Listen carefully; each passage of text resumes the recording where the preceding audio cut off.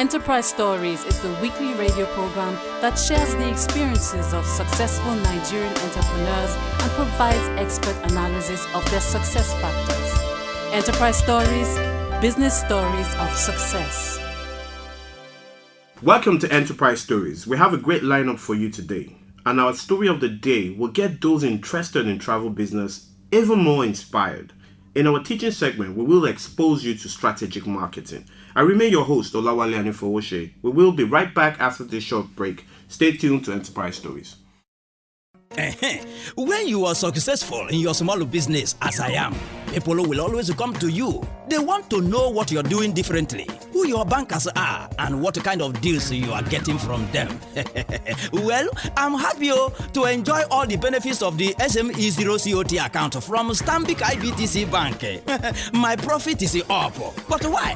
Because I get zero COT, unlimited turnover, no limit on check lodgement or withdrawals, free internet and telephone banking, as well as discount on training courses for small business owners. With special benefits like that on the SME Zero COT account from Stanbic IBTC Bank. Now, there is no reason why your business won't boom just like mine. Stanbic IBTC Bank, moving forward. Good day, listeners. My name is Bayo Rotimi, your faculty on today's edition of Enterprise Stories. Today we'll be talking about business development, or indeed something I call strategic marketing. And I think it is very important for every business owner to recognize the critical importance of the subject matter of marketing. First and foremost, we have taken it for granted that your product or your service is of a high quality. The next question will be, how do you sell this product or this service to people? First of all, how do you even determine who the market or who your market is, i.e. your target market? So we're going to spend a couple of minutes discussing this. First and foremost, ladies and gentlemen, you need to be clear. You need to have clarity in terms of your vision as a business. A well-known author has says that you need to begin with the end in mind.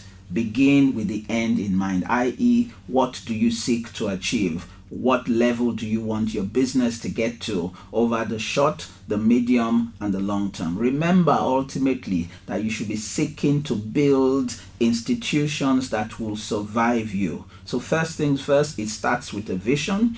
Secondly, you need to set reasonable objectives for yourself. Whilst you want a vision that is bigger than yourself, you must also break it down into bite-sized chunks. So it means that you must develop a plan around it, and that plan must be grounded on reality. So make reasonable estimates, make reasonable objectives. Number 3, identify your target market. Ladies and gentlemen, when you ask some people who's your target market, they say everybody. Now, everybody cannot be your target market. You need to carry out something we call market segmentation. So you determine who constitutes your market. And your market is simply defined as people who have the capacity and the willingness to buy whatever it is you are selling at the price you have chosen to sell it.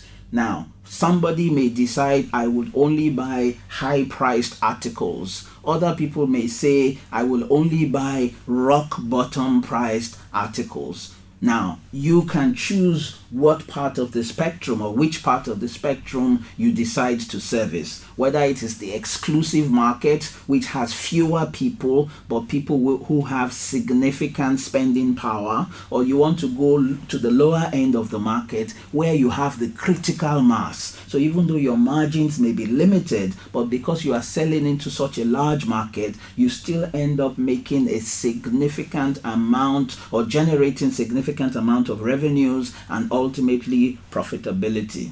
Also, ladies and gentlemen, you need to define your unique selling point, i.e. you must show and you must demonstrate complete understanding of your product or your service. What is the purpose of the product or the service? What problem does it seek to solve? What needs does it seek to meet? right? What are the advantages of your product over that of competing products in the same market space? Again, all we are saying is you must have a point of view. You must have something that is unique to yourself. Even though the product might be something that already exists in the market, you may have your own different spin on it. You may put a totally different spin on it, even in terms of something as simple as packaging. The way you choose to package your product may be completely different from the next person. It could be something as simple as the delivery channels. Rather than somebody coming to your store, you could come up with a platform through which the product or service can be delivered to the doorstep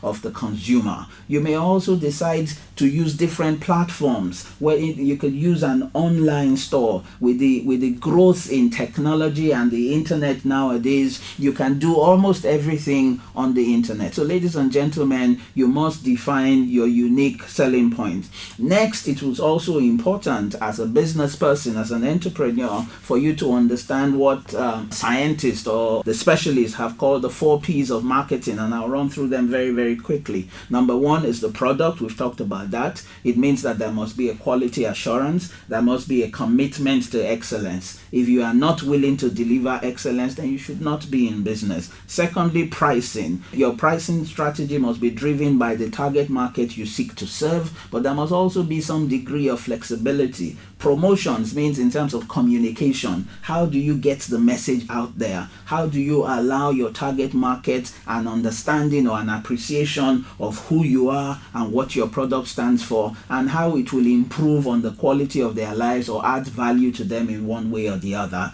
The final P is called place, which is the platform through which you distribute your product or your service. Nowadays, it could be the internet, it could be by delivery. There are all manner of methods through which you can reach your clientele. So ladies and gentlemen, I encourage everybody to please pay particular attention to the 4 P's of marketing. Then I would like to close by just giving you a number of tips that I believe are useful. There are certain pitfalls that you must seek to avoid as a business person. Number 1, you must avoid making assumptions about your customers' needs. What that means is that you must first and foremost, before you embark on a business, you must carry out a market feasibility.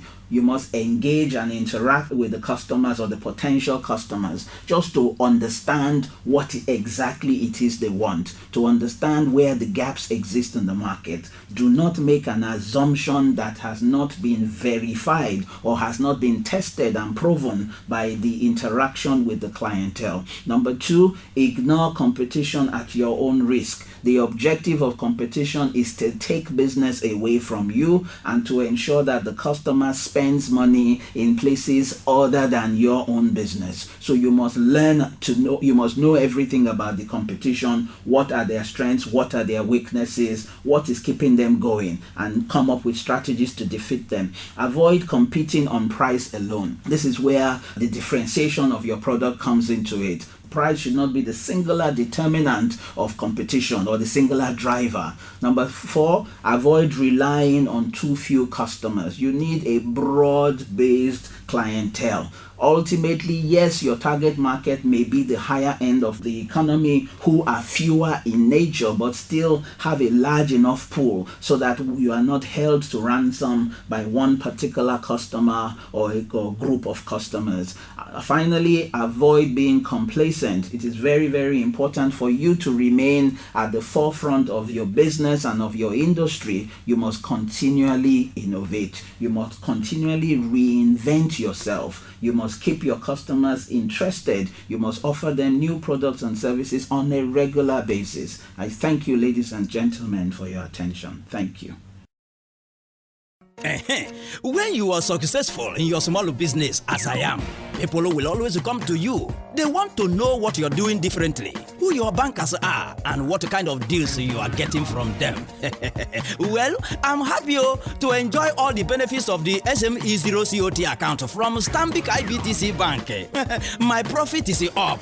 But why? Because I get zero COT, unlimited turnover, no limit on check lodgement or withdrawals, free internet internet, and telephone banking, as well as discount on training courses for small business owners.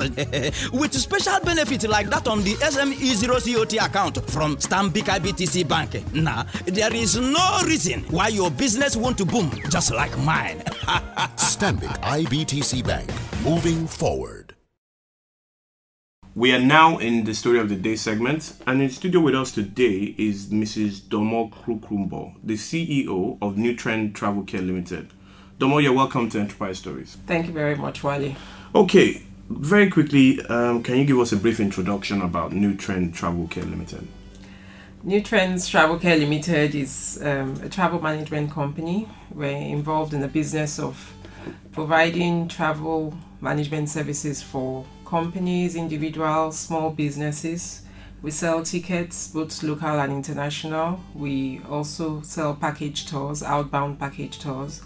We do some visa consulting and some tour consulting. Very good.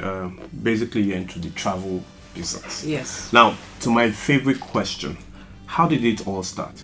The idea of New Trends Travel Care Limited started in 2004. My husband and I felt we needed to set up our own business. I was working in the bank and I wanted to leave the bank, have more time for my family and for myself. So in 2004, we set up the company.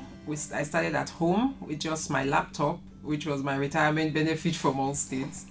And I started with my laptop, internet access, and we started selling international tickets first. We had to work as a sub-agent of bigger agencies, and my first clients were from my former office where I used to work before. And surprisingly, I found out that there was a big market. I didn't really have any experience in business or any experience in anything. All I knew was that I just wanted at the end of the month to be able to have as much money as I had when I was working.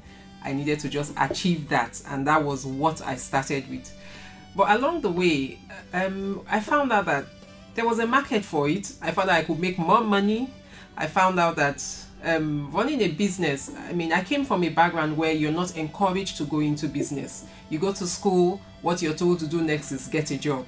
So it was really new grounds for me going into business. But along the line, I found out that there was a market. It was a good thing. It's something I could grow, and in the industry I had a lot of support, basically from women. A number of women that had travel agencies were extremely supportive. One of my greatest inspiration, Mrs. Loretta Smith of Bon Voyage, she was very supportive. Silhouette Travels, Adonai Travels, they were all very supportive. They were willing to assist us, give us advice, tell us what next to do, how to go about getting our own license. And that's how we gradually built up. We started with our own money. We borrowed money from family and friends, my retirement benefit. We didn't have to get money from the bank or anything, because basically people needed to travel. And because we were, at that time, we were providing service for leisure, people then just gave you money when they wanted to travel. They bought their ticket as they needed. So we didn't have to go looking for money to buy stock or buy anything. So it was a bit easier at that time. But as the business grew and as we expanded and when we became an IATA licensed agent, we now had to start looking for more money to become a full-fledged business. Okay, very good. At the point when you had to get the license, did you have to go to the bank to secure any money? Because I've learned that getting the license can cost a bit of money. Yes, we had to go to the bank. And you would have thought, being a former banker, I would know the ropes. But surprisingly, it was a shocker. It was a shocker. It was really difficult. The banks were not helpful. In fact, what we concluded then was the banks wait for you to be successful before they help you. That was just what I concluded. So we had to look for money from family and friends, basically, because they needed collateral. When you're working, you don't think about that time when you need to have like collateral, or you need to have structures in place to be able to access huge amounts of money. So it was really, really difficult. And at that time, it was then I realized I needed some kind of training some kind of education in business management, which was what brought me to EDC to attend the same course. And that course helped settled me. Let me put it that way. It settled me. It helped me think. It helped me focus. It helped me conceptualize new trends as an entity, as a way for me. It helped me see what I needed to do for it to be taken as a serious business. And so, even up till now, we're still having challenges with funding. The banks are still not very helpful. They say they are, but when you go to them, the first thing they ask you for is collateral. They are more interested in how huge or how the value of your collateral than the business itself. And that's a mistake they keep making. And that's why they're always having people defaulting, because I think they should look at the viability of the business first before they look at the side. I mean, the collateral is important, but the viability of the business, for me, it's more important, because no matter how huge the collateral is, the business, the collateral will have to be called in if the business is not viable. So that was the greatest challenge. Now, your business does high volume. I mean, the volumes, the amount that you do is really high, and so that means you always need the support of the financial institutions. Now, as the business has grown, how have you been able to manage your staff to be able to keep up with the standard of service, customer service that you offer to your clients? I would say I always try to put myself, what do I expect? What do I want from a service provider? And I try and provide that. I mean, I'm always asking for a lot more, so I try to give a lot more. And doing a course like SEM taught me how to, I think one of the most interesting course was the customer service course, where we're taught the wow effect. So I think for me, when I discovered my wow effect, it went a long way to make me stand out from most of my colleagues. So that has been a major seller for me. It's really been good for me, as in I'm always looking for how to provide, in addition to your buying the ticket, what else can I give you? That's how I always see it. I mean, you buy a ticket from me, I try to say, what else can you get out of it? I always tell my clients, you shouldn't pay the airline any more money than you need to pay them. And for the money you've paid them, you should be able to get out as much as you can from it. Okay. Now, in rounding up, I want you to share with us, what's the future for New Trend Travel Care? The future for New Trends Travel Care is exciting. It's we're trying to expand into other areas of travel. We're really looking at the tourism aspect. We're also trying to look at local tourism. We're looking at information, providing information on travel for our clients. Because if I look at the travel industry as a whole, for me, one group that has really inspired me is the Emirates Group. They are the only ones I can say has shown profit, consistent profit for the past 25 years. And it's because they haven't only focused on just the air ticketing side of it. They've looked at travel as the whole picture. I mean, the tourism aspect. They've been able to work around all the red tapes of the other groups, like BA groups and all the other groups. They've been able to work around that. They're very versatile. So when I look at the fact that a country with a population of just about 6 million can be moving passengers numbers of up to 30 to 40 million, I wonder what a country like Nigeria with 170 million can do, and what the potentials are out there. So for me, I think the future is very bright for us. Yes, indeed it is. Okay, so a message for those that are thinking of going into the travel business. I would really like a lot of people to come into the travel business, because right now we don't have enough people in it. We don't even have any university providing any kind of qualification to bachelor level for travel. However, travel is the major income earner for most third world countries. And so I think it's an avenue Nigeria should really look into, because the entry level is very low, so it's an all-encompassing area for everybody.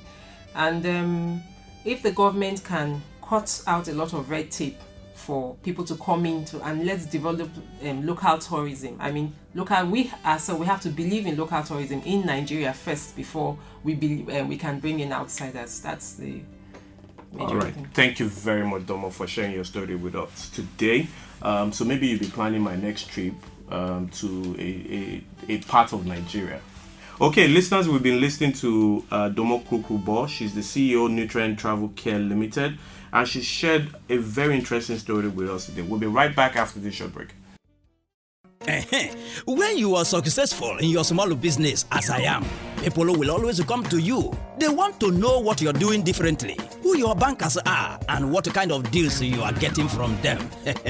Well, I'm happy to enjoy all the benefits of the SME Zero COT account from Stanbic IBTC Bank. My profit is up. But why? Because I get zero COT, unlimited turnover, no limit on check lodgement or withdrawals, free internet and telephone banking, as well as discount on training courses for small business owners. With special benefits like that on the SME Zero COT account from Stanbic IBTC Bank. Now, there is no reason why your business won't boom just like mine. Stanbic IBTC Bank, moving forward. You're still tuned to Enterprise Stories, brought to you by Enterprise Development Center of Pan Atlantic University.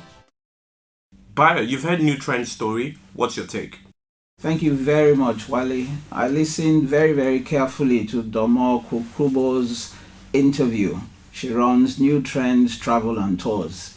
Now, there were a number of interesting things about this particular lady's business. First and foremost, she was a banker, which meant that she had little or no directly relevant experience as far as the business of travel and tours is concerned. She's never run a business before, so this was the very first time she ventured into running a business. But interestingly, ladies and gentlemen, if you look at the totality of your experience, irrespective of where you work, there is usually something you will take away from there. Now, Domo, there is no way she could have functioned as a bank without having to relate to customers. So she developed customer service skills. She realized how to meet the requirements of her various customers. So banking customers are as varied and diverse as they come. And in her business of travel and tours, I'm sure she's met all manner of people. So again, she took what she had and she used it to start a business. She essentially took a leap of faith, because most people would run away from starting a business that they either did not have a major passion for, or they did not have the skills or the required training. So she started very, very small. She said, interestingly, that she started from her home with just a laptop and an internet access. So ladies and gentlemen, it means you can start small. You can start with what you have.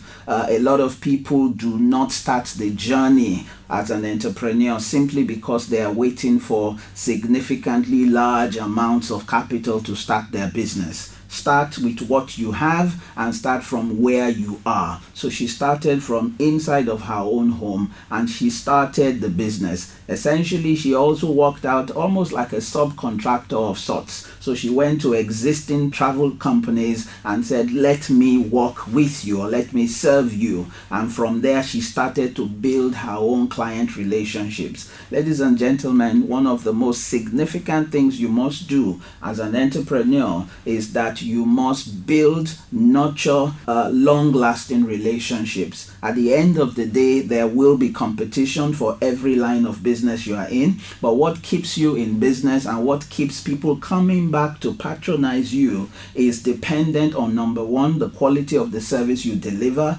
and number two, the type of relationships that you build.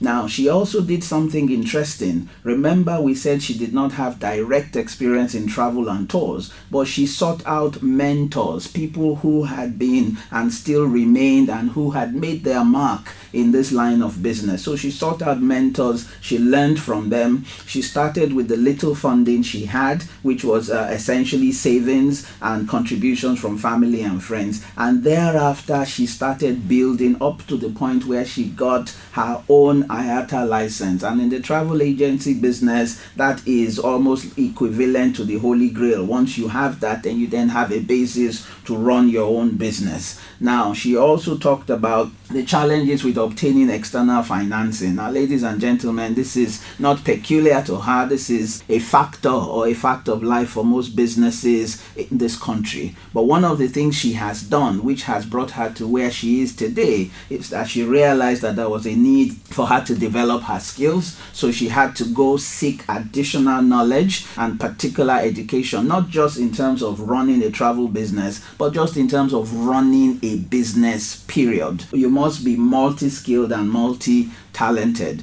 Now, regarding the future, as I close this very, very quickly, I think that there are significant opportunities in the sector she has decided to play. Nigeria is blessed with immense tourism opportunities, and a lot of the travel we have seen so far has been focused on outside of Nigeria. And I think she has identified a huge opportunity in terms of local tourism, and I think that it is an area that she must focus on and try to carve a niche for herself and become the go-to person in that area. And again, this is a lesson for everybody. Identify the opportunities and do everything possible to move ahead of competition. Thank you very much. Thank you, Bayo, for today's analysis. Listeners, you've heard it. Identify the opportunities and do everything possible to make it work for you. We've come to the end of Enterprise Stories for today. Until next week, enjoy. Join Enterprise Development Center of the Pan-Atlantic University, formerly known as the Pan-African University, as we celebrate 10 years of entrepreneurship development in Nigeria. For questions or comments, please email edc@pau.edu.ng or log on to Enterprise Stories on nigeria.sme2k.org for useful resources and articles to help grow your business.